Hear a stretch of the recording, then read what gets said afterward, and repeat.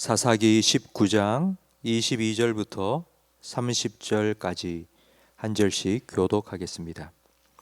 그들이 마음을 즐겁게 할 때에 그 성읍의 불량배들이 그 집을 에워싸고 문을 두들기며 집 주인 노인에게 말하여 이르되 내 집에 들어온 사람을 끌어내라 우리가 그와 관계하리라 하니 집 주인 그 사람이 그들에게로 나와서 이르되 아니라 내 형제들아 청하노니 이 같은 악행을 저지르지 말라. 이 사람이 내 집에 들어왔으니 이런 망령된 일을 행하지 말라. 보라 여기 내 처녀딸과 이 사람의 첩이 있은즉 내가 그들을 끌어내리니 너희가 그들을 욕보이든지 너희 눈에 좋은 대로 행하되 오직 이 사람에게는 이런 망령된 일을 행하지 말라 하나 듣지 아니하므로 그 사람이 자기 첩을 붙잡아 그들의 밖으로 끌어내매 그들이 그 여자와 관계하고 밤새도록 그 여자를 능욕하다가 새벽 미명에 놓은지라. 동틀 때에 여인이 자기의 주인이 있는 그 사람의 집 문에 이르러 엎드러져 발기까지 거기 엎드려져 있더라. 그의 주인이 일찍이 일어나 집 문을 열고 떠나고자 하더니 그 여인이 집 문에 엎드려져 있고 그의 두 손이 문지방에 있는 것을 보고 그에게 이르되 일어나라 우리가 떠나가자 하나 아무 대답이 없는지라. 이에 그의 시체를 나귀에 싣고 행하여 자기 곳으로 돌아가서 그 집에 이르러서는 칼을 가지고 자기 첩의 시체를 거두어 그 마디를 찍어 12덩이에 나누고 그것을 이스라엘 사방에 두루 보내매 함께 읽습니다. 그것을 보는 자가 다 이르되 이스라엘 자손이 애굽 땅에서 올라온 날부터 오늘까지 이런 일은 일어나지도 아니하였고 보지도 못하였도다. 이 일을 생각하고 상의한 후에 말하자 하니라. 아멘.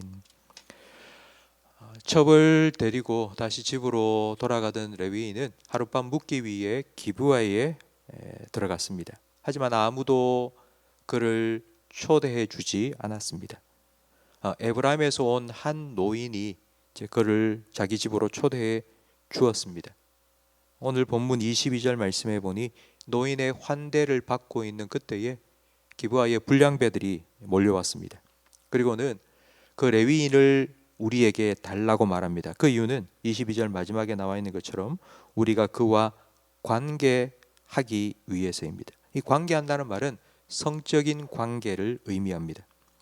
에브라임 노인은 그들에게 내 딸이 있고 또 이 사람의 첩이 있으니 그들을 내어줄 테니 이 사람은 건드리지 말라고 말했습니다.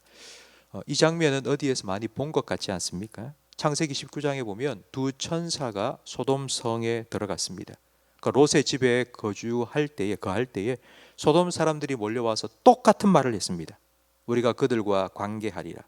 그때의 롯은 에브라임 노인이 한 말과 똑같은 말을 했습니다. 내게는 두 딸이 있으니 마음대로 해라. 기브아나 소돔이나 다를 바가 없습니다. 근데 문제는 소돔은 하나님을 알지 못하는 이방인들이 살고 있는 곳이고 기브아는 하나님 백성 베냐민 사람들이 사는 곳입니다. 그럼에도 기브아와 소돔은 이란선 쌍두기와 같습니다. 신변의 위협을 느낀 이 레위 사람은 자기 첩을 붙잡아서 밖으로 끌어냈습니다. 여기에 나와 있는 이 두 행동, 붙잡아서 끌어냈다. 이 장면을 한번 상상해 보시기 바랍니다. 자기 남편에게 붙잡혀서 밖으로 끌어내어서 내 동댕이 치듯이 그렇게 던져진 이 첩은 어떤 마음이었을까요? 그리고 이 레위 사람은 도대체 어떤 마음으로 어떤 생각으로 이와 같은 행동을 했을까요? 레위 사람은 아마 이런 생각을 했을 겁니다. 너 행음했잖아. 율법으로 하면 행음한 여자는 돌에 맞아 죽어야 돼.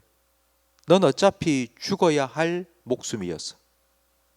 조금 늦춰졌다 생각하고 뭐 지금 죽든지 뭐 그래도 괜찮을 것 같아 라고 생각하면서 네가 나를 위해서 희생해야지 이제는. 그렇게 던져주지 않았겠습니까? 사람이 하는 행동은 그냥 막 하는 것은 아닙니다. 뭔가 얼굴 쪽으로 날아올 때에 눈이 감기고 팔이 올라가는 건 무조건적인 반사입니다. 무릎의 한 부분을 톡 치면은 발이 툭 올라가는 것, 이걸 무조건적인 반사라고 합니다.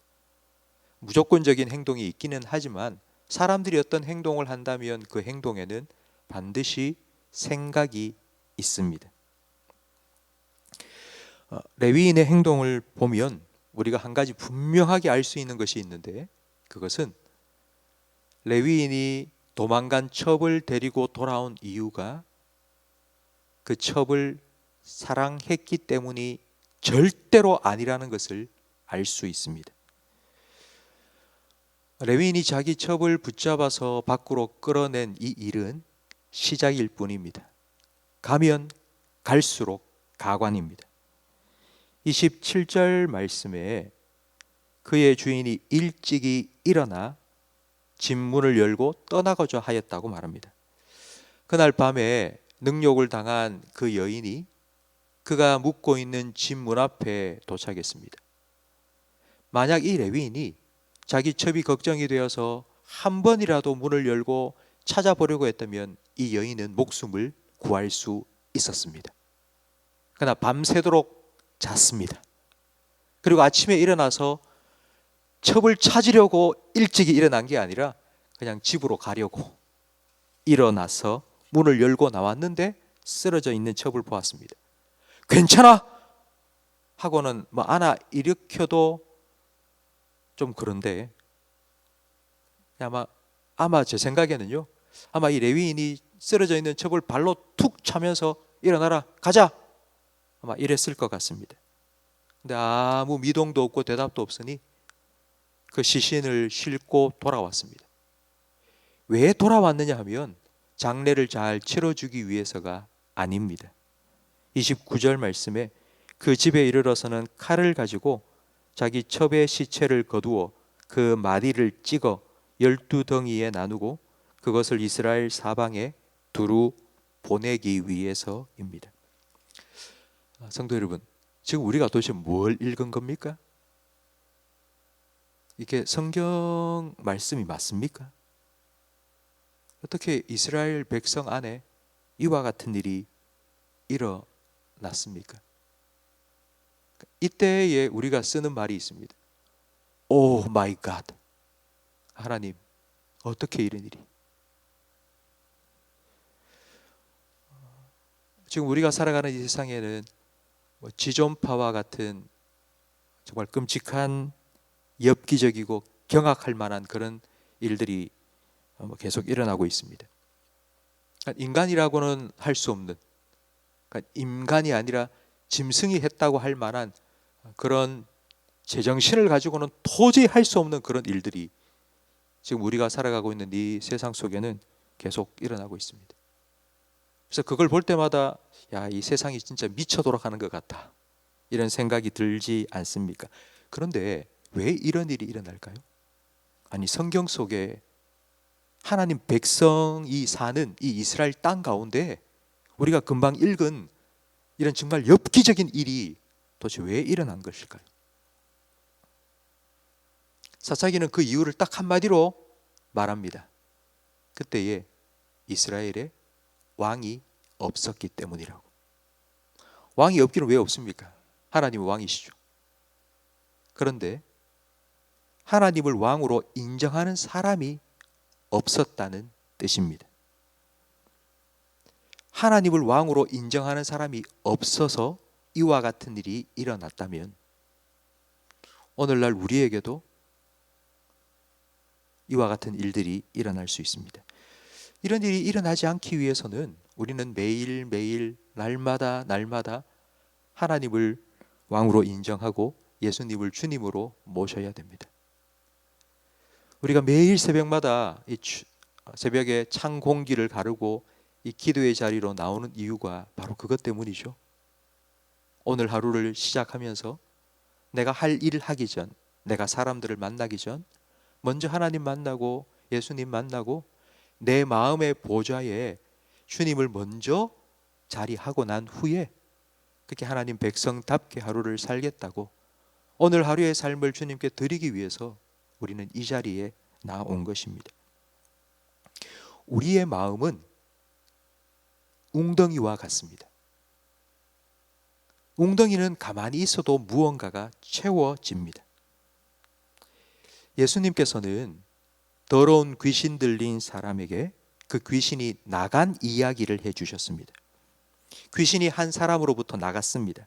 여기저기 다니다가 찾을 곳을 찾지 못하고 거할 곳을 찾지 못하고 다시 나갔던 그 사람에게로 돌아왔더니 깨끗하게 청소되어 있고 수리되어 있었습니다. 그래서 그 귀신은 자기보다 더 악한 7 귀신을 데리고 그 사람에게 들어갔고 그 사람의 나중 형편이 더 심하게 되었다고 말씀하셨습니다. 앞서 말씀드린 것처럼 우리의 마음은 웅덩이와 같습니다. 그러니까 우리가 의도적으로 무언가를 채우지 않으면 우리가 원치 않는 것들이 계속해서 마음속에 들어와서 우리 마음을 채웁니다. 텔레비전을 보고 라디오를 듣고 우리가 눈으로 보고 듣는 것들, 요즘 얼마나 악한 것들이 많이 있습니까? 텔레비전과 컴퓨터 게임, 음란과 폭력이 계속하여 우리의 눈과 귀를 통해서 우리 마음속으로 흘려들어오고 있습니다. 그러니까 아무런 제약이 없습니다. 그냥 막 들어옵니다. 쏟아져 들어옵니다. 그러다 보니 기브아가 소돔처럼 변화된 것처럼 우리도 그걸 그냥 방치해 두면 우리도 기브아가 소돔처럼 변한 것처럼, 변질된 것처럼 그런 일이 일어날 수도 있습니다. 그러니 성도 여러분, 오늘 하루 여러분께서 처음 시작하는 시간을 하나님께 드리고 하나님의 백성답게 살겠다고 오늘 하루를 하나님께 맡겨드리는 이 마음으로 오늘 하루를 살아가시기를 바랍니다. 생각하시고요, 또 생각하시고, 그리고 여러분 찬양도 일부러라도 부르시고요, 성경을 여러분 눈에 보이는 곳에 놔두시고요, 환경을 만드시고 계속해서 마음속에 보좌에, 왕좌에 하나님을 모시고 예수님을 자리하도록 여러분 찾으시고 구하시고 여러분의 삶을 하나님께 맡기시고 하나님의 다스림 안에서 살아가시기를 축원합니다. 기도하겠습니다. 하나님 아버지, 새벽 기도에 나와서 하나님을 또 오늘 하루 내 삶의 왕으로 모시고 살아가기 원하는 우리 모든 성도들의 기도에 응답하여 주시옵소서. 우리 성도들의 마음의 왕좌에 자리하여 주시고 오늘 하루도 하나님의 은혜로 우리들의 삶을 충만하게 채워주시며 하나님의 말씀으로 우리의 걸음을 인도하여 주시옵소서. 우리 성도들의 삶에 하나님의 뜻이 하늘에서 이루어진 것처럼 이루어지게 해 주옵소서.